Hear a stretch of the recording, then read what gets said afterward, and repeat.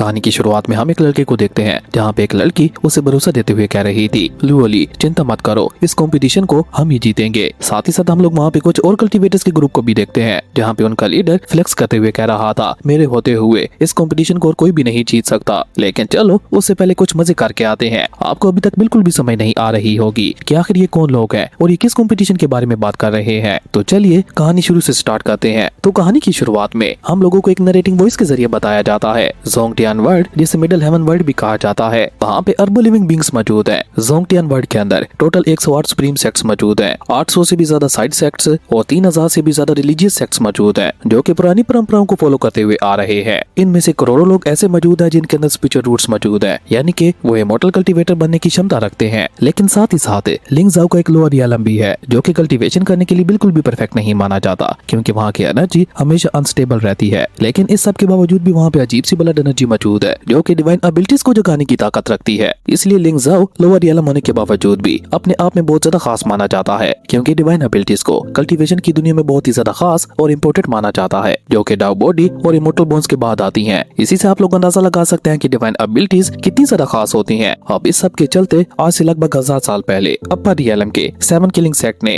Lower realm के अंदर absolute killing hall बनाया था, ताकि वो वहाँ पे मौजूद डिवाइन एबिलिटीज को हासिल कर सके। और इस तरह हेवन एब्सोल्यूट किलिंग हॉल लिंग जाओ लोअर रियलम का सबसे मशहूर ऑर्गेनाइजेशन बन गया था। एब्सोल्यूट किलिंग हॉल 7 सेट के ऑर्डर के मुताबिक इवल सोल्स का पीछा करते हुए उन्हें मौत के घाट उतार देते हैं। इसलिए सारे इवल कल्टीवेटर्स, चाहे वो जिंदा हो या फिर मर चुके हो, वो लोग एब्सोल्यूट किलिंग हॉल के नाम से भी थर थर कांपते हैं। उसके बाद सीन चेंज होता है और हम लोग 3 कल्टीवेटर्स को देखते हैं जो कि वहाँ पे खड़े होकर अपने शिकार के आने का इंतजार कर रहे थे। और तभी हम देखते हैं कि वो तीनों अचानक से पहाड़ की चोटी के ऊपर से जंप लगा देते हैं, जिसके साथ ही हम लोगों को वहाँ पे जंगल के अंदर से एक बगी बहुत ही तेजी के साथ अपनी मंजिल की तरफ बढ़ती हुई दिखाई देती है। उस बगी को देखकर वो तीनों कल्टीवेटर्स अपने विंग्स का इस्तेमाल करते हुए उसी की तरफ आगे बढ़ जाते हैं। और साथ ही साथ वो तीनों कल्टीवेटर्स मिलकर वहाँ पे उस बगी का रास्ता रोकने के लिए कुछ स्पिरिचुअल बॉम्ब्स का इस्तेमाल करते हुए उसके ऊपर अटैक्स करने लगे थे, जिसके चलते मजबूरन उस बगी को वहीं पे रोकना पड़ा था। और इस मौके का फायदा उठाकर वो तीनों कल्टीवेटर्स भी वहाँ पे उस बगी के पास पहुंच चुके थे और वो तीनों वहाँ पे खड़े होकर उस बगी को बहुत ही गौर से देख रहे थे, जो कि पूरी तरह से उन धमाकों की लपेट में आ चुकी थी। तभी हम देखते हैं कि उस बगी के अंदर से किसी बहुत ही ज्यादा खतरनाक पर्सन की आवाज आती है, जो कि वहाँ पे गुस्सा होकर चिल्लाते हुए कहता है, किसकी हिम्मत हुई मेरी नींद खराब करने की। अब जैसे बगी के अंदर मौजूद कल्टीवेटर ये कहता है तो उन तीनों में से कल्टीवेटर को वहाँ पे बहुत ही ज्यादा गुस्सा आ जाता है और वो जल्दी से अपनी सोर्ड लेकर आगे बढ़ते हुए उस बगी के ऊपर अटैक कर देता है। वो एक के बाद एक लगातार उस बगी के ऊपर अटैक करते हुए उसे वहाँ पे खत्म करने की कोशिश करने लगा था कि तभी हम देखते हैं कि अचानक से वही कल्टीवेटर जो कि बगी के अंदर मौजूद था, वो अपनी स्पिरिचुअल एनर्जी को अनलीश करते हुए खुद ही वहाँ पे इस बगी को डिस्ट्रॉय करके बाहर आ जाता है। उस पर्सन ने वहाँ पे अपने फेस के ऊपर एक मास्क लगा रखा था, जो कि मास्क के अंदर से ही उन तीनों कल्टीवेटर्स को देखते हुए इविल स्माइल कर रहा था, जो देखकर बाकी के दोनों कल्टीवेटर्स भी वहाँ पे बहुत ही तेजी के साथ अपनी सोर्ड लेकर जैसे ही उसके ऊपर अटैक करने के लिए आगे बढ़ते हैं तो हम देखते हैं कि वो मास्क वाला कल्टीवेटर अपनी स्पिरिचुअल एनर्जी को अनलीश करते हुए उन दोनों को उठाकर पीछे फेंक देता है, जो देखकर वो दोनों वहाँ पे बहुत ही ज्यादा हैरान दिखाई दे रहे थे, क्योंकि उन लोगों ने कभी भी नहीं सोचा था कि उनका दुश्मन इतना ज्यादा स्ट्रॉन्ग निकलेगा। तभी हम देखते हैं कि उनमें से पहला कल्टीवेटर वहाँ पे चिल्लाते हुए उस मास्क वाले कल्टीवेटर से कहता है, एब्सोल्यूट किलिंग हॉल ने तुम्हारी मौत का आदेश दिया है और हेवन किलिंग के आदेश के मुताबिक आज हम तुम्हारा सर लेके ही जाएंगे। अपने साथी कल्टीवेटर की ये बात सुनकर हम देखते हैं कि दूसरा कल्टीवेटर भी वहाँ पे उसकी हाँ में हाँ मिलाते हुए कहता है, ये बिल्कुल ठीक कह रहा है, तुमने मासूम लोगों के ऊपर बहुत ज्यादा अत्याचार किए हैं और साथ ही साथ उनकी बेटियों और बीवों तक को भी नहीं बख्शा, इसलिए आज हम तुम्हारा सर लेकर ही जाएंगे। उन दोनों की ये बात सुनकर हम देखते हैं कि वो पर्सन जिसका नाम ज़ूटियान था, वो वहाँ पे जोर जोर से हंसते हुए कहता है, तुम सभी लोग मेरे सामने बस कीड़े मकोड़ों के बराबर हो, इसलिए तुम लोग चाहकर भी मेरा कुछ नहीं बिगाड़ सकते। जिस पे हम देखते हैं कि वो तीसरी कल्टीवेटर जो कि एक लेडी थी, वो वहाँ पे और भी ज्यादा खुश होकर चिल्लाते हुए कहती है, हेवन एब्सोल्यूट किलिंग हॉल ने कुछ सोचकर ही हम लोगों को यहाँ पे तुम्हारा सार लाने के लिए भेजा होगा, तो तुम हम लोगों को अंडर एस्टिमेट करने की गलती मत करो। उन तीनों की बारी बारी धमकी सुनकर हम देखते हैं कि ज़ूटियान वहाँ पे जोर जोर से हंसने लगा था और वो वहाँ पे जोर जोर से हंसते हुए उनका मजाक उड़ाते हुए कह रहा था, तुम तीनों कीड़े बातें तो बहुत बड़ी बड़ी कर लेते हो, लेकिन चलो देख ही लेते हैं कि आखिर तुम लोगों में कितना दम है। वहीं ज़ूटियान की ये बात सुनकर हम देखते हैं कि उस ग्रुप का लीडर अपने साथियों को सावधान करते हुए कहता है, इसने कुछ तिलिस्मैस का इस्तेमाल करते हुए अपनी बॉडी को प्रोटेक्ट कर रखा है, इसलिए तुम लोग सावधान रहना। अपने लीडर की ये बात सुनकर हम देखते हैं कि उसके साथी उसे वहाँ पे जवाब देते हुए कहते हैं, तुम चिंता मत करो, हम देख लेंगे इसे। और ये कहकर वो तीनों दोबारा से वहाँ पे अपनी अपनी सीक्रेट टेक्निक को एक्टिवेट करते हुए ज़ूटियान के ऊपर अटैक करने के लिए आगे बढ़ जाते हैं। और अब की बार वो तीनों वहाँ पे एक पैटर्न बनाते हुए उसके ऊपर हमला कर रहे थे, लेकिन हम देखते हैं कि ज़ूटियान के चारों तरफ एक डीमन प्रोटेक्टेड बैरियर मौजूद था, जिसके चलते हम देखते हैं कि उनमें से किसी भी अटैक का उसके ऊपर कोई भी असर नहीं हो पा रहा था। लेकिन उसके बावजूद भी हम देखते हैं कि वो तीनों वहाँ पे हार नहीं मानते, वो एक के बाद एक लगातार उसके ऊपर अटैक किए ही जा रहे थे, जो देखकर ज़ूटियान जूटियान वहाँ पे गुस्सा होते हुए कहता है बस बहुत हो गया, और ये कहकर वो वहाँ पे अपनी डिमोनिक स्पिरिचुअल एनर्जी को अनलीश करते हुए एक टोर्नेडो बना देता है और उन तीनों को उसके अंदर लेकर उन्हें वहाँ पे अपने चारों तरफ जोर जोर से घुमाने लगा था। और सिर्फ इतना ही नहीं, वो वहाँ पे अपनी हैवी किलिंग सोड को भी बाहर निकाल लेता है, जो कि जैसे ही आकर नीचे जमीन पे गिरती है तो उसके अंदर से इतना ज्यादा पावरफुल स्पिरिचुअल ऑरा रिलीज होता है कि वो तीनों उड़ते हुए काफी पीछे जा गिरे थे। लेकिन उन तीनों के फ्लेक्सेस भी काफी ज्यादा कमाल के थे, के साथ ही वो तीनों वहाँ पे खुद को संभाल चुके थे, जो देखकर हेवन एब्सोल्यूट किलिंग हाल के कल्टीवेटर वहाँ पे परेशान होते हुए कहता है जितना हमने सोचा था ये तो उससे कहीं ज्यादा स्ट्रॉन्ग निकला, इवन अभी तक हम इसे खरोच तक भी नहीं लगा पाए। जिसपे हम देखते हैं कि जूटियन वहाँ पे जोर जोर से हंसते हुए उनका मजाक उड़ाते हुए कहने लगा था तुम लोगों ने क्या सोचा था मुझे खत्म करना इतना ज्यादा आसान होगा, शायद तुम लोगों को नहीं पता, लेकिन मैं ब्लैक ड्रैगन सेट का लॉर्ड हूँ और तुम जैसे कीड़े मकोड़ों को कुचलना तो मेरे बाएं हाथ का काम है। अब तक हमारे ब्लैक ड्रैगन सेक्ट और हेवन एब्सोल्यूट किलिंग हाल की आपस में कोई भी दुश्मनी नहीं थी, लेकिन आज की इस फाइट के बाद हमारी एक बहुत बड़ी दुश्मनी शुरू हो जाने वाली है। और मुझे लगता है कि तुम लोग यहाँ पे अपने हेवन किलिंग एब्सोल्यूट हाल के ऑर्डर पर नहीं आए थे, बल्कि तुम लोगों ने खुद से ही फैसला लेते हुए मेरे ऊपर अटैक कर दिया था। पर अब तुम लोग सोच भी नहीं सकते कि ये जंग कितनी लंबी चलने वाली है, जिसके चलते तुम्हारा खुद का हेवन एब्सोल्यूट किलिंग हाल भी तुम लोगों को बहुत बड़ी सजा देने वाला है। ब्लैक ड्रैगन सेट सुनकर हम देखते हैं कि वहाँ पे हमारे हीरो लुओली को छोड़कर उसके दोनों साथी वहाँ पे परेशान होते हुए कहते हैं ब्लैक ड्रैगन सेक्ट ये तो इमोर्टल कल्टीवेटर्स का सेक्ट है ना। जिसपे हम देखते हैं कि वो लड़की परेशान होते हुए कहती है अगर ये इमोर्टल कल्टीवेटर्स का सेक्ट है तो ये लिंगजाओ के लोअर रियलम के अंदर क्या कर रहे हैं। अपने साथियों की ये बात सुनकर हम देखते हैं कि लुओली वहाँ पे अपना दिमाग चलाते हुए कहता है इस पर्सन ने एक हैवी आर्मर पहन रखा है, इसके पास एक हैवी किलिंग सोर्ड मौजूद है और साथ ही साथ इसने कुछ टलिस्मैन्स का इस्तेमाल करते हुए अपने चारों तरफ एक प्रोटेक्टेड बैरियर बना रखा है और इमोर्टल कल्टीवेटर्स तो ऐसा कभी भी नहीं करते। और ये कहकर लुओली अचानक से वहाँ पे मुस्कुराते हुए जूटियन से कहता है अगर आप सच में एक इमोर्टल कल्टीवेटर हैं तो अपना ये आर्मर उतार कर हमें अपना चेहरा क्यों नहीं दिखाते, या फिर आप यहाँ पे बस इमोर्टल कल्टीवेटर होने का नाटक कर रहे हैं। लुओली की ये बात सुनकर हम देखते हैं कि जूटियन वहाँ पे जोर जोर से हंसना शुरू कर देता है और वो वहाँ पे जोर जोर से हंसते हुए उनसे कहने लगा था बच्चे तुम्हें क्या लगता है कि तुम बहुत ज्यादा चालाक हो और मैं तुम्हारी बातों में आ जाऊंगा। जूटियन की ये बात सुनकर हम देखते हैं कि लुओली अपने साथियों को वहाँ पे इशारा करता है और उसके बाद वो तीनों एक साथ ही वहाँ पे जूटियन के ऊपर अटैक कर देते हैं। लेकिन हम देखते हैं कि जूटियन वहाँ पे बहुत ही आसानी के साथ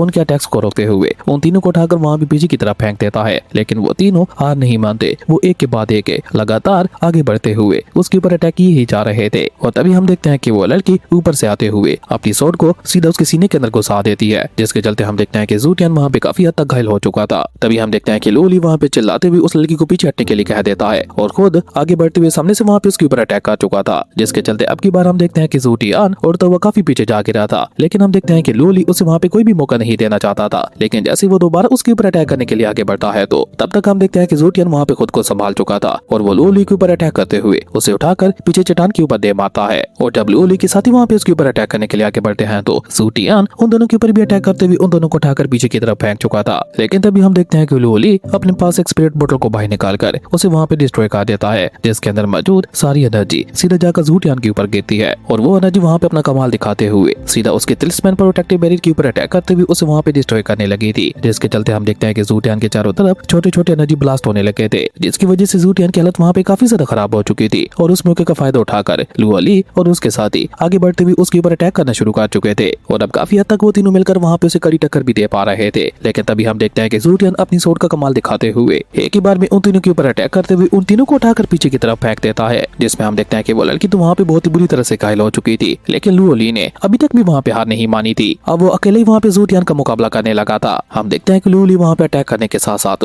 उसकी तारीफ करते हुए कह रहा था तुम वाकई में काफी ज्यादा स्ट्रॉन्ग हो। और ये कहकर लुओली वहाँ पे अपनी कमाल की स्पीड का इस्तेमाल करते हुए उसके आर्मर को निशाना बनाते हुए एक के बाद एक उसके आर्मर के ऊपर अटैक करता जा रहा था, जिसके चलते हम देखते हैं कि धीरे धीरे उसका आर्मर वहाँ पे टूटता जा रहा था। और साथ ही साथ हम देखते हैं कि लुओली वहाँ पे उसके बाजू के ऊपर एक बहुत बड़ा कट लगाने में भी कामयाब हो चुका था। अब लुओली के इस अटैक के बाद हम देखते हैं कि जूटियन वहाँ पे काफी हद तक घायल हो चुका था और साथ ही साथ उसे वहाँ पे बहुत ज्यादा गुस्सा भी आ रहा था। जबकि हम देखते हैं कि लुओली उसे वहाँ पे बहुत ज्यादा गुस्सा दिलाते हुए कहता है तुम्हारे ये वेपन्स और डिफेंस दिखने में भले बहुत ज्यादा ताकतवर लग रहे हैं, लेकिन ये तुम्हारी जान बचाने के अलावा तुम्हारे और किसी भी काम नहीं आने वाले। लगता है कि ब्लैक ड्रैगन सेट की नजर में सिर्फ तुम्हारी इतनी ही औकात है, वो चाहते हैं कि तुम बस मरो नहीं, बाकी उन्हें तुमसे और कोई भी मतलब नहीं है। लुओली की ये बात सुनकर हम देखते हैं कि जूटियन वहाँ पे गुस्सा होकर चिल्लाते हुए कहता है क्या कहा तुमने, जिसमें हम देखते हैं कि लुओली वहाँ पे उसका मजाक उड़ाकर उसे जवाब देते हुए कहता है बेवकूफ कहेंगे, तुम खुद क्यों नहीं सोचते अगर तुम ब्लैक ड्रैगन सेट के लिए इतनी ज्यादा जरूरी होते तो वो तुम्हें इस लोअर रियलम के अंदर क्यों भेजते जहाँ पे स्पिरिचुअल एनर्जी भी मौजूद नहीं है। ये दर्शाता है कि ब्लैक ड्रैगन सेट के लिए तुम बिल्कुल भी जरूरी नहीं हो, वो तुम्हें कीड़ा समझते थे, इसलिए उन लोगों ने तुम्हें इस लोअर रियलम के अंदर फेंक दिया। अब मुझे समझ आ रहा है कि तुम लोगों के ऊपर इतना ज्यादा अत्याचार क्यों कर रहे थे, क्योंकि तुम्हारे साथ भी तो ब्लैक ड्रैगन ने ऐसा ही किया है। अब तो मुझे तुम्हारे ऊपर अफसोस हो रहा है, तुम वाकई में एक बेचारे इंसान हो। लुओली की ये सारी बातें सुनकर हम देखते हैं कि ज़ू टियान को वहाँ पे बहुत ज्यादा गुस्सा आ रहा था। तुम एक अच्छे इंसान बन सकते थे अगर तुम यहाँ पे तमीज से रहते तो। वाकई में सभी लोग तुम्हें ओवरलॉर्ड कहते, लेकिन तुमने बुराई का रास्ता चुना और मासूम लोगों के ऊपर अत्याचार करते हुए उन्हें नुकसान पहुंचाया। इसलिए आज मैं यहाँ पे heaven absolute killing hall order के मुताबिक तुम्हें यहीं पे मौत के घाट उतार दूंगा और यही होगी तुम्हारे कर्मों की सजा, क्योंकि हेवन भी खुद यही चाहता है। लुओली की ये सारी बातें सुनकर हम देखते हैं कि ज़ू टियान अचानक से वहाँ पे ज़ो से हंसना शुरू कर देता है और वो वहाँ पे उसका मजाक उड़ाते हुए कहता है, शायद तुम्हें नहीं पता कि मेरे पिता लू विंडिंग एक फाउंडेशन बिल्डिंग रियलम के एस्टेब्लिश कल्टीवेटर है। अगर आज तुम्हारे यहाँ पे हेवन एब्सोल्यूट किलिंग हॉल मुझे खत्म करता है तो वो इसका बदला तुम्हारे हेवन एब्सोल्यूट किलिंग हॉल से जरूर लेके रहेंगे। जिसमें हम देखते हैं कि लुओली वहाँ पे एक बहुत ही ज्यादा खतरनाक टेक्निक को एक्टिवेट करते हुए कहता है, जो होगा देखा जाएगा। और ये कहकर वो वहाँ पे उसके ऊपर अटैक करने के लिए आगे बढ़ गया था। लुओली को वहाँ पे इस तरह से अपनी तरफ आते हुए देखा ज़ू टियान भी वहाँ पे एक प्रोटेक्टिव फॉर्मेशन को एक्टिवेट कर लेता है। तभी हम देखते हैं कि लुओली वहाँ पे हेवन पावर को समन करते हुए कहता है, हेवन इस बुराई को खत्म करने में प्लीज मेरी मदद करो। लुओली कैसे कहती है, हम देखते हैं कि लुओली के अंदर हेवनली स्पिरिचुअल एनर्जी जाग उठती है। उसके बाद वो एक हेवनली स्पिरिचुअल पंच बनाते हुए ज़ू टियान के ऊपर एक बहुत ही ज्यादा पावरफुल अटैक कर चुका था, जो कि सीधा वहाँ पे उसकी प्रोटेक्टिव फॉर्मेशन को चीरता हुआ जाकर उसे हिट कर गया था। और लुओली का ये अटैक इतना ज्यादा पावरफुल था कि उसके इम्पैक्ट की वजह से हम देखते हैं कि न सिर्फ उसके आर्मर के अंदर क्रैक्स आ गए थे,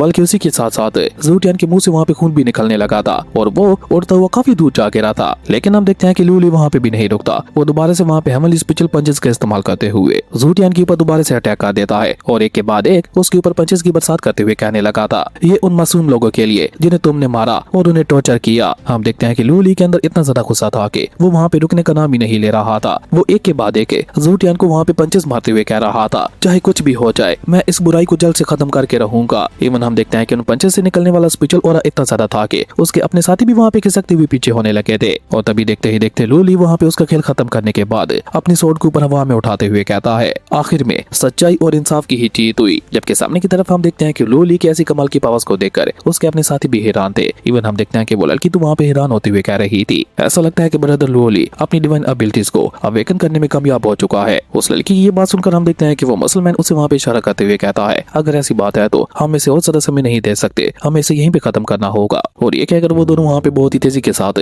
आगे बढ़ते हुए लुओली के ऊपर अटैक करना शुरू कर देते हैं। लेकिन लुओली जिसके पास डिवाइन एबिलिटीज आ चुकी थी, वो अपनी डिवाइन एबिलिटीज का इस्तेमाल करते हुए उन दोनों के अटैक्स को बहुत ही आसानी के साथ रोकते हुए उन दोनों को वहाँ पे उठाकर पीछे की तरफ फेंक देता है। जो देखकर वो दोनों वहाँ पे हैरान होते हुए कहते हैं, तुम्हारे अंदर डिवाइन एबिलिटीज है तो तुमने हमें बताया क्यों नहीं था। जिसपे हम देखते हैं कि लुओली उन्हें वहाँ पे जवाब देते हुए कहता है, क्यों बताता मैं तुम लोगों को, आखिर तुम लोग मेरे हो ही क्या। ये मत समझो कि मैं तुम लोगों की असलियत के बारे में नहीं जानता। तुम लोगों ने एक मामूली से कंपटीशन के लिए मुझे धोखा देते हुए खत्म करने की कोशिश की, लानत है तुम लोगों पर। लुओली की ये बात सुनकर हम देखते हैं कि वो लड़की वहाँ पे उदास होकर अपना साथ झुकाते हुए कहती है, सिर्फ 2 सपोर्ट्स ही बचे थे और हम तीनों में से सिर्फ कोई 2 कल्टीवेटर्स ही आगे जा सकते थे, इसलिए मजबूरन हमें यह करना पड़ा। जिसपे हम देखते हैं कि लुओली उसे वहाँ पे जवाब देते हुए कहता है, क्या वाकई में ही अगर वो सपोर्ट तुम्हारे लिए इतना ही ज्यादा जरूरी था तो तुम लोग मुझे कह देते, मैं खुद ही पीछे हट जाता। पर तुम लोगों ने बुराई का रास्ता चुना। अगर तुम लोग मुझे मार भी देते तो तुम लोगों को क्या लगता है हेवन एब्सोल्यूट किलिंग हॉल तुम लोगों को इतनी आसानी के साथ छोड़ देता? नहीं, आखिर में तुम दोनों खुद भी मारे जाते। जिसपे हम देखते हैं कि वो लड़की वहाँ पे उदास होकर जवाब देते हुए कहती है, असैसिन टूर्नामेंट का हिस्सा बनने का ये हमारे पास आखिरी मौका था।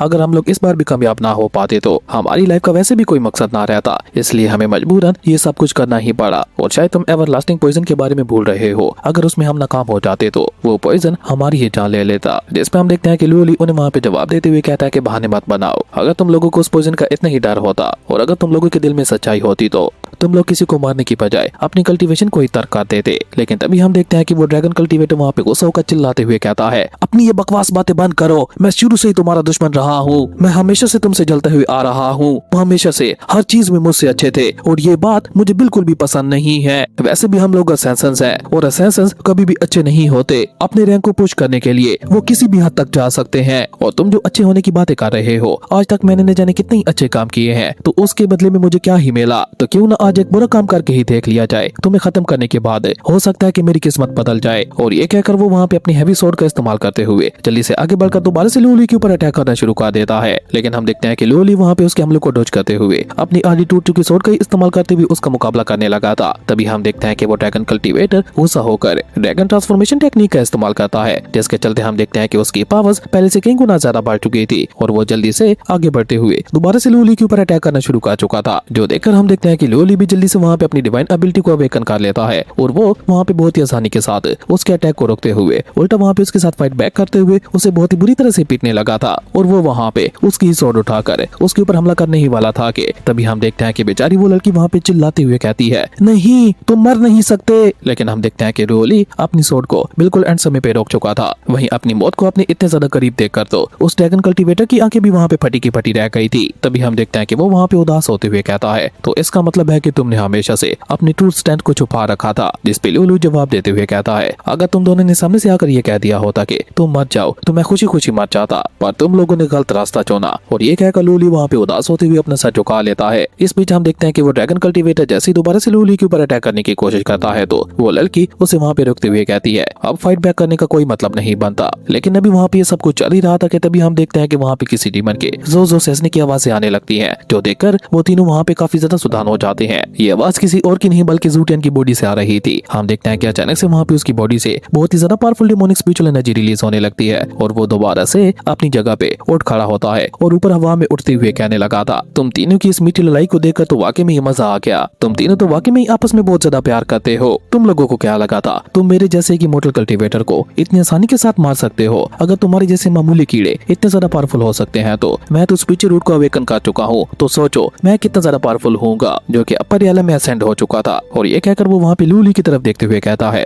तुम में वाकई कोई खास बात तो है, लेकिन तुम हो बहुत ज्यादा बेवकूफ। जब तुम्हें पता था कि तुम्हारे दोनों साथी तुम्हें मारना चाहते हैं तो तुमने उन्हें खत्म क्यों नहीं कर दिया? तुम क्या इस बात का इंतजार कर रहे थे कि वो कब आकर तुम्हें मारे? तुम ये जो अच्छाई का गीत गाते रहते हो, देखना एक दिन तुम्हें तुम्हारी ये अच्छाई ले डूबेगी। खैर जब तुम्हें मरने का इतना ज्यादा शौक है तो मुझे खुद को खत्म करने का एक मौका दो। और ये कहकर वो वहाँ पे अपनी डिमोनिक स्पिरिचुअल एनर्जी को अनलीश करते हुए अपने पीछे एक पोर्टल बना देता है, जिसके अंदर से हम देखते हैं कि कुछ डिमोनिक सोल्स उन तीनों के ऊपर अटैक करने के लिए आगे बढ़ जाती है, जो देखकर वो लड़की वहाँ पे परेशान होते हुए कहती है, आखिर ये किस तरह की डार्क टेक्निक है? वहीं हम देखते हैं कि वो डार्क सोल्स वो लड़की जिसका नाम जाओ किंग था और फ्यूरियस ड्रैगन दोनों को चारों तरफ से घेरना शुरू कर देती है और अपनी डार्क टेक्निक का इस्तेमाल करते हुए वो डार्क सोल्स उन दोनों को अपना पपेट बनाने लगी थी। लेकिन ज़ूटियन की ये टेक्निक लूली के ऊपर असर नहीं कर पा रही थी, इसलिए हम देखते हैं कि लूली वहाँ पे चिल्लाते हुए अपने साथियों से कहता है, जाओ किंग फ्यूरियस ड्रैगन संभालो खुद को। तभी हम देखते हैं कि ज़ूटियन वहाँ पे उसका मजाक उड़ाते हुए कहता है, बच्चे अब इस सब का कोई फायदा नहीं है, अब ये लोग पूरी तरह से मेरे कंट्रोल में आ चुके हैं, यानी कि ये मेरे डीमन पपेट बन चुके हैं। इस बीच हम देखते हैं कि लूली वहाँ पे अपनी डिवाइन एबिलिटी को अवेकन करते हुए उन सारी डार्क सोल्स को वहाँ पे खुद से दूर कर देता है और एक बार फिर से वहाँ पे चिल्लाते हुए अपने साथियों से कहता है, जाओ किंग फ्यूरियस ड्रैगन जल्दी से जागो, ये तुम लोगों को कंट्रोल करने की कोशिश कर रहा है। लेकिन तब तक तो हम देखते हैं कि वो दोनों पूरी तरह से उसके कंट्रोल में आ चुके थे। जिसके बाद हम देखते हैं कि वो दोनों वहाँ पे इवल स्माइल करते हुए बहुत ही तेजी के साथ आगे बढ़ते हुए लूली के ऊपर अटैक करना शुरू कर देते हैं। हम देखते हैं कि लूली भी वहाँ पे अपनी डिवाइन एबिलिटीज का इस्तेमाल करते हुए उन दोनों का मुकाबला करने लगा था। अपनी डिवाइन पावर्स का इस्तेमाल करते हुए वो सबसे पहले तो फ्यूरियस ड्रैगन को ठिकाने लगाता है और उसके बाद जाओ किंग उसके ऊपर अटैक करने के लिए आगे बढ़ती है, जो देखकर लूली भी वहाँ पे उसके ऊपर अटैक करने के लिए आगे बढ़ गया था। लूली सबसे पहले उसकी स्वॉर्ड के ऊपर अटैक करते हुए उसकी स्वॉर्ड को तोड़ता है और उसके बाद उसे एक पंच मारकर उसे भी वहीं पे बेहोश कर देता है। जिसके साथ ही हम देखते हैं कि लूली उन दोनों के ऊपर लगे हुए इल्यूजन को भी तोड़ चुका था। उसके सामने की तरफ हम देखते हैं कि ज़ूटियन वहाँ पे एक बार फिर से अपनी डार्क सोल्स का इस्तेमाल करते हुए लूली के ऊपर अटैक करना शुरू कर देता है। लेकिन हम देखते हैं कि लूली वहाँ पे खुद को बचाते हुए उनके सभी हमलों को डोज करते हुए जाकर सीधा ज़ूटियन के ऊपर हमला कर चुका था। लेकिन ज़ूटियन भी वहाँ पे जंप करता हुआ खुद को बचा चुका था, जो देखकर ज़ूटियन वहाँ पे चिल्लाते हुए लूली से कहता है कि ये कहेंगे अब मैं तुम्हें दिखाता हूँ एक असल इमोर्टल कल्टीवेटर की ताकत क्या होती है। और ये कहकर वो वहाँ पे आगे बढ़ते हुए बहुत ही अग्रेसिवली लूली के ऊपर हमले करने लगा था। लेकिन हम देखते हैं कि लूली भी उसे काफी कड़ी टक्कर देने लगा था। लेकिन आखिर में हम देखते हैं कि लूली अपनी जजमेंटल सो टेक्निक का इस्तेमाल करते हुए ज़ूटियन के ऊपर एक बहुत ही ज्यादा पावरफुल अटैक करते हुए उसे वहीं पे मौत के घाट उतार देता है। लेकिन मरने से पहले पहले वो वहाँ पे चिल्लाते हुए उससे कह रहा था, तुमने मुझे तो मार दिया है,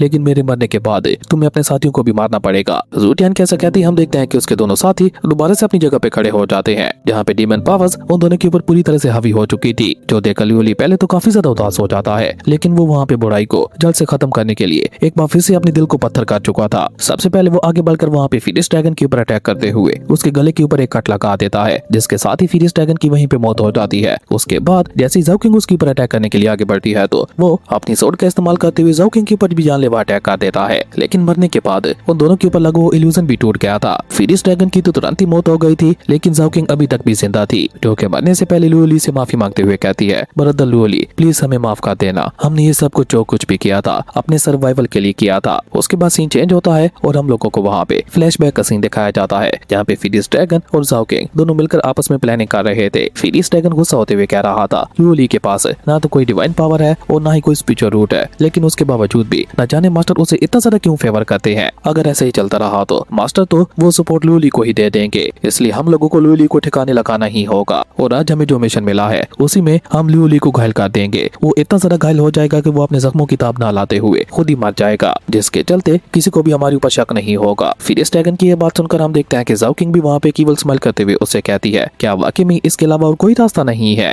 क्या तुम भूल गई कि हम लोग जोंगटियान वर्ल्ड के अंदर रहते हैं, जहाँ पे सिर्फ पावरफुल लोगों का ही राज चलता है। अब पावरफुल बनने के लिए या तो आपके अंदर स्पिरिचुअल रूट होनी चाहिए या फिर आपके अंदर डिवाइन पावर्स होनी चाहिए, जबकि लुओली के अंदर ये दोनों पावर्स नहीं है। इसलिए वो बेकार पर्सन उस असैसिन स्पॉट को लेकर क्या ही करेगा। वो दोनों की ये सारी बातें लुओली भी सुन चुका था, जिसके चलते आज उसे बहुत ज्यादा पछतावा हो रहा था। वो जिन दोस्तों को अपनी फैमिली समझता था वो आज उसके खिलाफ हो चुके थे, जिसके साथ ही हम लोगों को वहाँ पे प्रेजेंट का सीन दिखाया जाता है। प्रेजेंट में हम देखते हैं कि लुओली वहाँ पे अपने साथियों की लाश को देखते हुए कह रहा था, राख से राख बनती है, मिट्टी से मिट्टी बनती है, हर एक लिविंग बीइंग को आखिर में मरना ही होगा। इवन सोच तक भी हमेशा जिंदा नहीं रहने वाली, चाहे कोई कल्टीवेटर कितना ही ज्यादा पावरफुल क्यों ना हो, आखिर में उसे मरना ही होगा। न जाने कल्टीवेटर बनने के बाद लोगों के अंदर इतना ज्यादा एटीट्यूड क्यों आ जाता है। वो भूल जाते हैं कि वो इस मामूली सी मिट्टी से ही तो बने हुए हैं। इंसान न जाने कितना ही लंबा क्यों न जी ले, लेकिन ये दुनिया बस एक छलावा है जो कि आखिर में किसी बुरे सपने की तरह टूट ही जाता है। आखिर इस जिंदगी में ऐसा क्या है जो लोग इससे इतना ज्यादा प्यार करते हैं, और मौत में ऐसा क्या है जो लोग उससे इतनी ज्यादा नफरत करते हैं। हेवन दैट बेरहम है जो कि इंसानों को कुत्तों की तरह ट्रीट करते हैं। हेवन ने इंसानों के दिल में जिंदगी का लालच चुका दिया है, जिसके चलते सभी इंसान अपनी मौत से भागते हैं, जबकि मौत ही तो एक ऐसी चीज है जो कि सबसे ज्यादा वफादार होती है। और हम देखते हैं कि एक आखिरी बार लुओली भी अपने साथियों को अलविदा करते हुए वहाँ से निकल गया था, जिसके जाने के बाद ही हम देखते हैं कि वहाँ पे ज़ूटियान के बेटा की एंट्री होती है, जिसका नाम लॉन्ग वेंटिंग था। वो आते साथ ही वहाँ पे ज़ूटियान की सोड को देखकर अपनी खास टेक्निक का इस्तेमाल करते हुए वहाँ पे वो सब कुछ देखने लगा था, जो कि अभी थोड़ी देर पहले वहाँ पे हुआ था। उसे जाने को मिलता है कि कैसे लुओली जो कि हेवन किलिंग हॉल से बिलोंग करता था, उसने उसके बेटे ज़ूटियान को कुत्तों की तरह मौत के घाट उतार दिया था। ये देखकर लॉन्ग वेंटिंग को वहाँ पे बहुत ज्यादा गुस्सा आ जाता है और वो गुस्सा होकर वहाँ पे चिल्लाते हुए कहता है, हेवन किलिंग हॉल, तुमने मेरे बेटे को मारकर बहुत बड़ी गलती कर दी है। अब तो तुम्हारे किलिंग हॉल के साथ साथ 7 किलिंग सेट्स को भी इसकी सजा भुगतनी पड़ेगी। पर उसके बाद सीन चेंज होता है और हम लोगों को हेवन किलिंग हॉल का सीन दिखाया जाता है, जहाँ पे मास्टर जी यून लाइफ लैंप वाल के सामने खड़े हुए थे, और उसको देखते हुए उन्हें वहाँ पे एहसास हो गया था कि फिरियस ड्रैगन और जाओ किंग मारे गए हैं, जिसके चलते हम देखते हैं कि वो वहाँ पे उदास होते हुए कह रहे थे, जिंदगी में इंसान सब कुछ बर्दाश्त कर लेता है, दुख, तकलीफ, बुढ़ापा और न जाने कौन कौन सी मुसीबतें, लेकिन सिर्फ एक चीज है जिसे वो बर्दाश्त नहीं कर पाता, और वो है उसकी मौत। खैर अभी वो वहाँ पे उदास होते हुए सब कुछ कह ही रहे थे कि तभी हम देखते हैं कि लुओली भी वहाँ पे आ जाता है, जो कि उन्हें ग्रीट करके वहाँ पे उन्हें इन्फॉर्म करते हुए कहता है, मैंने ब्लैक ड्रैगन सेट के ज़ूटियान को मार दिया है, लेकिन इसके चलते मुझे नहीं लगता कि उसका फादर शांत बैठने वाला है, वो जरूर से अपना बदला लेने के लिए आएगा। लुओली की ये बात सुनकर हम देखते हैं कि मास्टर चीज़ उसे वहाँ पे उदास होकर जवाब देते हुए कहते हैं, वो तो पहले से ही हमारे हेवन किलिंग हॉल को अपने रास्ते से हटाना चाहता था और अब उसे एक और नया बहाना मिल जाएगा। तभी हम देखते हैं कि मास्टर चीज़ लुओली को देखते हुए उससे पूछते हैं, जाओ किंग और फिरियस ड्रैगन के लैंप बुझ चुके हैं, क्या उन दोनों ने फिर से तुम्हारे ऊपर हमला किया था? जिस पे हम देखते हैं कि लुओली उदास होकर जवाब देते हुए कहता है, वो दोनों ज़ूटियान के डार्क स्पेल के कंट्रोल में आ चुके थे, इसलिए मजबूरन मुझे उन दोनों को मारना ही पड़ा। जिस पे हम देखते हैं कि मास्टर चीज़ वहाँ पे एक बार फिर से उदास होकर जवाब देते हुए कहते हैं, हम सभी लोग कंट्रोल्ड हैं और शतरंज के मोहरों की तरह इस्तेमाल किए जा रहे हैं। मेरे ख्याल से अब तुम्हें और ज्यादा देर नहीं करनी चाहिए, तुम्हें अब सेंट्रल हेवन रियलम में चले जाना चाहिए। तुम्हें जितना जल्दी हो सके अपनी स्पिरिचुअल रूट को क्रिएट करना होगा और की कंडेंसिंग रियलम में ब्रेक थ्रू करते हुए जितना जल्दी हो सके अपनी फाउंडेशन को बिल्ड करना होगा, ताकि तुम भी पावरफुल लोगों में शामिल हो सको, क्योंकि तुम नहीं जानते कि कल्टीवेशन पाथ कितना ज्यादा क्रूअल है, लेकिन तुम्हारे पास सिर्फ यही एक रास्ता है, आजाद होने का। अपने मास्टर की ये बात सुनकर हम देखते हैं कि लुओली उन्हें वहाँ पे जवाब देते हुए कहता है, ओके मास्टर, जैसा आप कहें, मुझे अब आगे क्या करना होगा? जिस पे हम देखते हैं कि मास्टर चीज़ उसके कंधे के ऊपर हाथ रखते हुए कहते हैं, उस सब के बारे में फिक्र मत करो, वो सब कुछ मेरे ऊपर छोड़ दो। तुम मुझे ये बताओ, क्या तुम्हें लॉन्जिविटी पॉइजन का इलाज करने वाली टेक्निक याद हो चुकी है जो कि मैंने पहले तुम्हें सिखाई थी? जिस पे हम देखते हैं कि लुओली वहाँ पे जवाब देते हुए कहता है, हाँ मास्टर, मुझे वो टेक्निक बहुत ही अच्छी तरह से याद हो चुकी है कि कैसे मसल्स को वॉश किया जाता है और कैसे बोन मैरो को क्लीन किया जाता है। वो फार्मूला मेरे दिमाग में पूरी तरह से रट चुका है। लुओली की ये बात सुनकर हम देखते हैं कि मास्टर चीज़ वहाँ पे मुस्कुराते हुए कहते हैं कि बहुत अच्छे, और ये कहकर वो अपना जेट टोकन है और माला लुओली को देते हुए कहते हैं कि इन दोनों चीजों को हमेशा संभाल के रखना। उन दोनों चीजों को देखकर लुओली अपने मास्टर से सवाल करते हुए पूछता है, मास्टर आखिर ये दोनों चीजें क्या है? जिस पे हम देखते हैं कि मास्टर उसे जवाब देते हुए बताता है, ये लुओ फैमिली का आइडेंटिटी टोकन है। खैर मैं चाहता हूँ कि तुम मेरे लिए एक और काम करो, तुम्हें जितना जल्दी हो सके ओल्ड विलेज में जाकर किसी को ढूंढना होगा। ये हमारे हेवन किलिंग हॉल के सर्वाइवल का सवाल है। मास्टर चीज़ उनकी ये बात सुनकर हम देखते हैं कि लुओली वहाँ पे एक भी पल जाया किए बगैर ओल्ड विलेज की तरफ निकल जाता है, जिसे वहाँ पे इस तरह से जाते हुए देखकर मास्टर चीजुन वहाँ पे काफी ज्यादा उदास दिखाई दे रहे थे। उसके बाद सीन चेंज होता है और हम लोग लॉन्ग विंगडिंग को देखते हैं जो कि धीरे धीरे हेवन किलिंग हॉल की तरफ आगे बढ़ रहा था। जैसे वो हेवन किलिंग हॉल की वैली के अंदर पहुंचता है तो वहाँ पे मौजूद कुछ कार कल्टीवेटर्स उसके ऊपर अटैक करना शुरू कर देते हैं, जो देखकर लॉन्ग विंगडिंग वहाँ पे चिल्लाते हुए कहता है, तुम लोगों ने मेरे बेटे को मारकर बिल्कुल भी अच्छा नहीं किया, अब इसकी सजा तुम्हारे पूरे हेवन किलिंग हॉल को भुगतनी पड़ेगी। और ये कहकर वो वहाँ पे अपने सामने एक प्रोटेक्टिव बैरियर बनाते हुए उन सभी हमलों को बहुत ही आसानी के साथ डिस्ट्रॉय कर देता है, जो देखकर वो सभी गार्ड कल्टीवेटर्स वहाँ पे एक साथ मिलकर उसके ऊपर अटैक करने के लिए आगे बढ़ते हैं। लेकिन हम देखते हैं कि लॉन्ग विंगडिंग वहाँ पे अपनी एक ईवल टेक्निक का इस्तेमाल करते हुए उनके चारों तरफ एक टोर्नेडो बना देता है, जिसके चलते हम देखते हैं कि वो सभी लोग एक ही बार में वहाँ पे मारे जाते हैं, जो देखकर मास्टर लॉन्ग वहाँ पे गुस्सा होकर चिल्लाते हुए कहता है, 10 मील के एरिया में जो कोई भी मेरे पास आएगा उसे यहीं पे मौत के घाट उतरना होगा। वहीं इस बीच हम देखते हैं कि मास्टर चीजुन को भी एहसास हो चुका था कि मास्टर लॉन्ग वहाँ पे आ चुका है, क्योंकि जगह जगह पे छोटे छोटे एनर्जी ब्लास्ट होने लगे थे। इसलिए हम देखते हैं कि वो भी वहाँ पे उसका मुकाबला करने के लिए तैयार हो जाते हैं। जबकि वहीं दूसरी तरफ लुओली अपनी मंजिल की तरफ आगे बढ़ते हुए उसी ओल्ड विलेज के अंदर पहुंच चुका था, जहाँ पे पहुंचने के बाद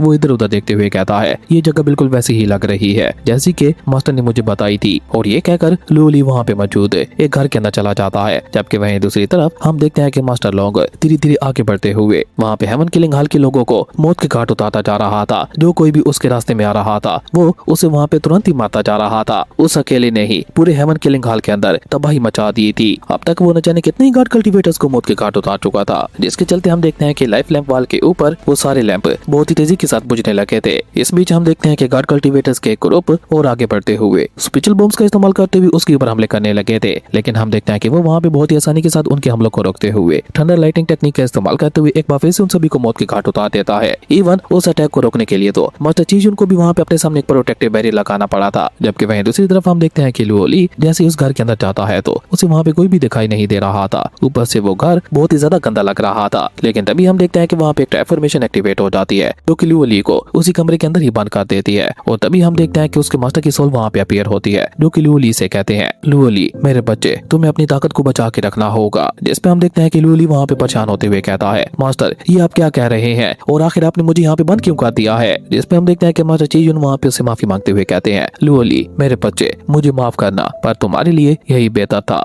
जबकि वहीं दूसरी तरफ हम देखते हैं कि मास्टर लॉन्ग मास्टर चीजुन के सामने पहुंचकर कोल्टून में उससे सवाल करते हुए पूछता है, क्या तुमने ही मेरे बेटे को मारने का ऑर्डर दिया था। मास्टर लॉन्ग की ये बात सुनकर हम देखते हैं कि मास्टर चीजुन भी वहाँ पे गुस्सा होकर उसे जवाब देते हुए कहते हैं, क्या तुम उस कमीने इंसान की बात कर रहे हो जो कि मासूम लोगों के ऊपर अत्याचार करते हुए उनकी बहन बेटियों के साथ बुरे काम किया करता था। मुझे मौका नहीं मिल पाया, वरना उस कमीने इंसान को तो मैं अपने हाथों से मारना चाहता था। जबकि पीछे की तरफ हम देखते हैं कि अब लाइफ लैंप वाल के ऊपर सिर्फ 2 ही लैंप ग्लो कर रहे थे, एक मास्टर चीजुन का और दूसरा लुओली का। जिसपे हम देखते हैं कि मास्टर लॉन्ग वहाँ पे जवाब देते हुए कहता है, मेरा बेटा ब्लैक ड्रैगन सेट का नया लॉर्ड बनने वाला था, इसलिए वो जो चाहे मर्जी कर सकता था। तुम कमीने कौन होते हो उसे मौत के घाट उतारने वाले। जिस दिन तुमने मेरे बेटे की मौत का ऑर्डर दिया था उसी दिन तुमने अपनी मौत को दावत दे दी थी। मास्टर लॉन्ग की यह बात सुनकर हम देखते हैं कि मास्टर चीजुन वहाँ पे गुस्सा होकर चिल्लाते हुए उससे कहता है, अब मुझे समझ आ रही है कि आखिर तुम्हारा बेटा गया किस पे था, तुम भी उसी की तरफ बहुत ज्यादा कमीने इंसान हो। जिसपे हम देखते हैं कि मास्टर लॉन्ग वहाँ पे उसका मजाक उड़ाते हुए कहता है, तुम मुझे और मेरे बेटे को घटिया इंसान कह रहे हो, जबकि सबसे ज्यादा घटिया इंसान तो तुम हो। तुमने सिर्फ एक कल्टीवेटर को बचाने के लिए अपने हेवन किलिंग हॉल के बाकी सभी लोगों को मरने दिया। आखिर ये किस तरह का इंसाफ है। और ये कहकर मास्टर लॉन्ग वहाँ पे मास्टर चीजुन के ऊपर एक बहुत ही ज्यादा पावरफुल अटैक कर देता है, जिसे रोकने के चक्कर में हम देखते हैं कि मास्टर चीजुन वहाँ पे खिसकते हुए थोड़ा पीछे चला गया था। और उसके बाद हम देखते हैं कि मास्टर चीजुन वहाँ पे फाइट बैक करते हुए मास्टर लॉन्ग के ऊपर एक बहुत ही ज्यादा पावरफुल अटैक कर चुके थे, जो देखकर मास्टर लॉन्ग भी वहाँ पे अपनी स्पिरिचुअल एनर्जी को अनलीश करते हुए उस अटैक को रोकते हुए उसे वहाँ पे बराबरी की टक्कर दे रहे थे। जबकि वहीं दूसरी तरफ हम देखते हैं कि मास्टर चीजुन वहाँ पे लुओली को समझाते हुए कहते हैं, ये सील 3 घंटों के बाद खुद ब खुद ही हट जाएगी। मेरे बच्चे मुझे माफ करना, मैं तुम्हारे लिए ज्यादा कुछ नहीं कर पाया। मैं पिछले 16 सालों से तुम्हारी रक्षा करते हुए आ रहा था, पर अब से तुम्हें अपनी रक्षा खुद ही करनी होगी। और उसके बाद हम देखते हैं कि वो वहाँ पे अपने बेटे लुओली को बताते हैं कि सोल लैंप वाले 7 किलिंग सेट का ही एक टूल है, जिसका इस्तेमाल करते हुए वो हमेशा हमारे ऊपर नजर रखते रहते हैं। लेकिन इस फाइट के बाद मैं खुद को और बाकी सभी लोगों को सैक्रिफाइस करते हुए इस टूल को हमेशा हमेशा के लिए खत्म कर दूंगा। बस यही एक रास्ता है तुम्हें हमेशा हमेशा के लिए 7 किलिंग सेट से आजाद करने का। इस बीच हम देखते हैं कि मास्टर चीजून अपना पूरा दम लगाकर मास्टर लोंग के साथ फाइट भी कर रहे थे और साथ ही साथ अपने बेटे को सुधार करते हुए कह रहे थे, तुम्हारी डिवाइन एबिलिटी बहुत ही ज्यादा खास है, इसलिए कभी भी किसी को भी इसके बारे में पता नहीं चलना चाहिए। अभी तो तुम्हें मेरे सैक्रिफाइस के बारे में पता नहीं चलेगा, लेकिन जब एक दिन तुम पावरफुल बन जाओगे तो तुम्हें मेरे ये सैक्रिफाइस वाकई में ही बहुत ज्यादा कीमती लगेगा और तब तुम्हें समझ आएगा कि आखिर मैंने ये सब कुछ क्यों किया था। जबकि वहीं दूसरी तरफ हम देखते हैं कि मास्टर लोंग अब मास्टर चीजून को बहुत ही बुरी तरह से पीटने लगा था, पर उसके बावजूद भी हम देखते हैं कि वो वहाँ पे अपने बेटे को नसीहत करते हुए कह रहे थे, अब तुम्हें हेवन सेंटर रियलम के अंदर जाकर लुओ कोलैन को ढूंढना होगा और उसके बाद कैंगजाऊ माउंटेन्स में जाकर तुम्हें अपनी माँ को भी ढूंढना होगा। और हाँ, मेरी एक बात अच्छी तरह से याद रखना, चाहे तुम्हें अपनी लाइफ ही कुर्बान क्यों न करनी पड़े, लेकिन दोबारा कभी भी 7 किलिंग सेक्ट के साथ कोई डील मत करना। जबकि वहीं दूसरी तरफ हम देखते हैं कि मास्टर लोंग मास्टर चीजून को मार मार के उसकी हालत बहुत ही ज्यादा खराब कर चुका था और तभी हम देखते हैं कि मास्टर चीजून वहाँ पे गुस्सा होकर चिल्लाते हुए उससे कहता है, ये सब कुछ तुम अपने उस कमीने बेटे के लिए कर रहे हो, लेकिन अब तक तुमने न जाने यहाँ पे कितने ही लोगों को मार दिया है। क्या वो लोग किसी के बच्चे नहीं थे? क्या उनके माता पिता नहीं थे? क्या उन लोगों को दर्द नहीं होता? अपने एक घटिया बच्चे के लिए तुमने इतनी जाने ले ली। मास्टर चीजून की ये बातें सुनकर हम देखते हैं कि मास्टर लोंग वहाँ पे उसका मजाक उड़ाते हुए कहता है, तुम जैसे कीड़े मकोड़ों की मौत से हमें कोई फर्क नहीं पड़ता, तुम जियो या मरो, हमें उससे कोई मतलब नहीं है। मास्टर लोंग की ये बात सुनकर हम देखते हैं कि मास्टर चीजून उसे वहाँ पे और ज्यादा भड़काते हुए कहता है, अगर ऐसी बात है तो अब मैं तुम्हें दिखाता हूँ इस कीड़े के अंदर कितनी ज्यादा ताकत है। जिसपे हम देखते हैं कि मास्टर लोंग वहाँ पे एक बहुत ही ज्यादा खतरनाक अटैक को रेडी करते हुए कहता है, तो चलो दिखाओ मुझे अपनी असली पावर। और ये कहकर वो अपने ब्लैक ड्रैगन सेट की सबसे पावरफुल टेक्निक का इस्तेमाल करते हुए वहाँ पे ब्लैक ड्रैगन को समन कर लेता है, जो कि बहुत ही तेजी के साथ मास्टर चीजून के ऊपर जानलेवा हमला करने के लिए आगे बढ़ गया था। जो देखकर मास्टर चीजून वहाँ पे मुस्कुराते हुए अपने मन में कहते हैं, सोल लैंप वाल को डिस्ट्रॉय करने का इसके अलावा मेरे पास और कोई भी रास्ता नहीं था। और ये कहकर वो एक आखिरी बार अपने बेटे को अलविदा करते हुए कहते हैं, मेरे बच्चे अपना ख्याल रखना। और ये कहकर वो वहाँ पे अपनी आंखों से अपनी मौत को अपनी तरफ आते हुए देखने लगे थे कि तभी हम देखते हैं कि वो ब्लैक ड्रैगन सीधा उनके ऊपर हमला करते हुए उस लाइफ सोल वाल के साथ साथ पूरे के पूरे हेवन किलिंग हॉल को भी डिस्ट्रॉय करने लगा था, जिसके चलते हम देखते हैं कि वहाँ पे एक बहुत बड़े एनर्जी ब्लास्ट के साथ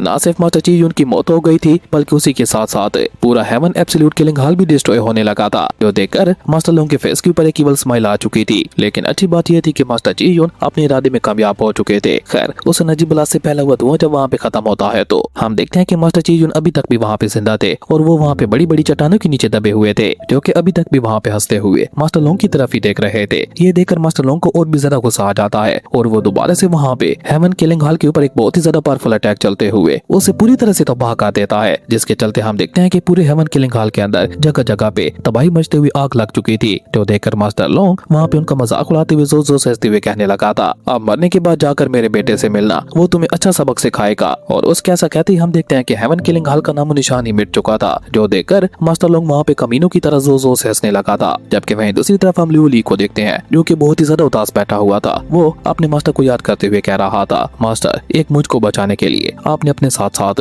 इतने लोगों को कुर्बान कर दिया। क्या वाकई में मैं इस काबिल था कि मुझे बचाने के लिए इतनी सारी जानें दे दी जाए? हम देखते हैं कि लियो ली इस सब का कसूरवार खुद को समझ रहा था और तभी हम देखते हैं कि वो सील वहाँ पे खत्म हो जाती है, जिसके खत्म होने के बाद लियो ली वहाँ पे भागते हुए वापस अपने हेवन किलिंग हॉल की तरफ जाने लगा था। और जैसे जैसे वो आगे बढ़ रहा था वैसे वैसे ही उसे रास्ते में अपने लोगों की लाशें दिखाई देने लगी थी। और जब वो आगे बढ़ते हुए मेन हॉल के पास पहुंचता है तो वहाँ पे सब कुछ तबाह हो चुका था। लेकिन उस सब के बावजूद भी हम देखते हैं कि लियो ली वहाँ पे सब कुछ इग्नोर करते हुए अपने फादर को ढूंढने की कोशिश करने लगा था। और काफी ज्यादा मेहनत के बावजूद भी हम देखते हैं कि वो वहाँ पे अपने फादर को नहीं ढूंढ पाता, जिसके चलते हम देखते हैं कि वो वहाँ पे गुस्सा होकर जोर जोर से चिल्लाने लगा था। जिसके बाद सीन चेंज होता है और हम लोगों को वहाँ पे अगली सुबह का सीन दिखाया जाता है, जहाँ पे लियो ली उदास होकर एक अनजानी मंजिल पे निकलते हुए कह रहा था, फादर, आखिर आपने ये सब कुछ क्यों किया? आखिर मेरे अंदर ऐसी क्या खास बात है जो मुझे बचाने के लिए आपने इतना सब कुछ कर दिया? आपने कहा था कि कैंगजाऊ माउंटेन्स के अंदर जाकर मुझे अपनी माँ को बचाना होगा। आखिर मेरी माँ कौन है और मैं कौन हूँ और ये सब मेरे साथ क्या हो रहा है? आखिर आपने मुझे पहले इस सब के बारे में क्यों नहीं बताया था? मुझे लगता है कि अब अपने सारे सवालों का जवाब जाने के लिए मुझे लुओ क्लैन के अंदर जाना ही होगा, पर उससे पहले मुझे अपनी स्पिरिचुअल रूट को क्रिएट करते हुए स्पिरिट बटरफ्लाई सेट को ज्वाइन करना होगा और खुद को सेंट्रल हेवन रियलम के अंदर पहुंचाना होगा। सिर्फ यही एक रास्ता है अपने सवालों के जवाब ढूंढने का। और ये कहकर वो वहाँ पे अपनी माँ को याद करते हुए कहता है, माँ, मैं आ रहा हूँ। जिस दिन मैं अपनी माँ से मिलूंगा उस दिन मुझे अपने पिता के सारे सीक्रेट्स के बारे में भी पता चल जाएगा कि आखिर अब तक वो क्या छुपाते हुए आ रहे थे। खैर, उसके बाद सीन चेंज होता है और हम लोगों को लुओ क्लैन का सीन दिखाया जाता है, जहाँ पे लुओ क्लैन के पैट्रियार्क अपने बंदे से कह रहे थे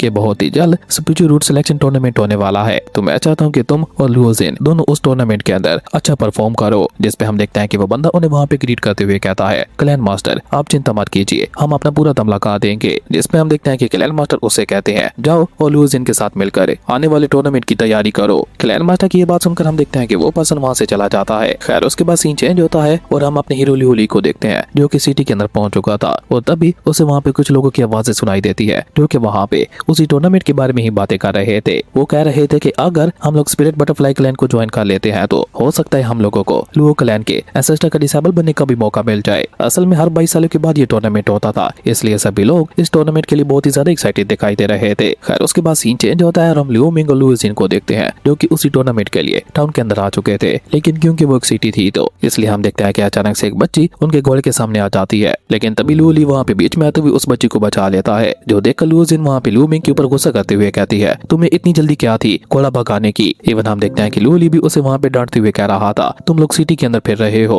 और उसके बावजूद भी तुम लोगों ने अपने घोड़े की रफ्तार इतनी ज्यादा तेज रखी हुई है, शर्म आनी चाहिए तुम लोगों को। लुओ ली की ये बात सुनकर हम देखते हैं कि लुओ जिन वहाँ पे उसे माफी मांगती है और साथ ही साथ उस बच्चे की जान बचाने के लिए वो वहाँ पे उसका शुक्रिया अदा भी करती है, जिससे ये तो साबित हो गया था कि वो दिल की काफी अच्छी है। और उसके बाद वो दोनों तुरंत ही वहाँ से निकल जाती है। जो देखकर लुओ ली को वहाँ पे पता चल गया था कि जरूर से ये दोनों भी उसी कंपटीशन के लिए जा रहे होंगे। खैर उसके बाद सीन चेंज होता है और हम लुओ ली को देखते हैं जो कि उसी जगह पे पहुंच चुका था जहाँ पे आज का टूर्नामेंट होने वाला था। तभी हम देखते हैं कि लुओ क्लैन के पैट्रियार्क लुओ जिन और लुओ मिंग के साथ वहाँ पे आकर अनाउंस करते हुए कहते हैं कि आज इस टूर्नामेंट के अंदर सिर्फ 2 ही डिसेबल्स को लिया जाएगा और अगर आपकी किस्मत अच्छी हुई तो हो सकता है हमारी फैमिली क्लैन के एंसेस्टर जो कि कोडियाला में ब्रेक थ्रू कर चुके हैं वो तुम लोगों को अपना पर्सनल डिसेबल बना ले। वहीं हम देखते हैं कि लुओ जिन को पैट्रियार्क के साथ देखकर लुओ ली को एक झटका लगता है और अब जाकर उसे समझ आता है कि ये लड़की तो पहले से ही लुओ क्लैन की मेंबर है। जबकि सामने की तरफ हम देखते हैं कि पैट्रियार्क वहाँ पे अनाउंस करते हुए कह रहा था इस सेरेमनी को ऑब्जर्व करने के लिए ब्लैक ड्रैगन सेट के एल्डर मास्टर लोग खुद यहाँ पे आ रहे हैं। पैट्रियार्क की ये बात सुनकर हम देखते हैं कि लुओ ली को वहाँ पे एक बहुत बड़ा झटका लगता है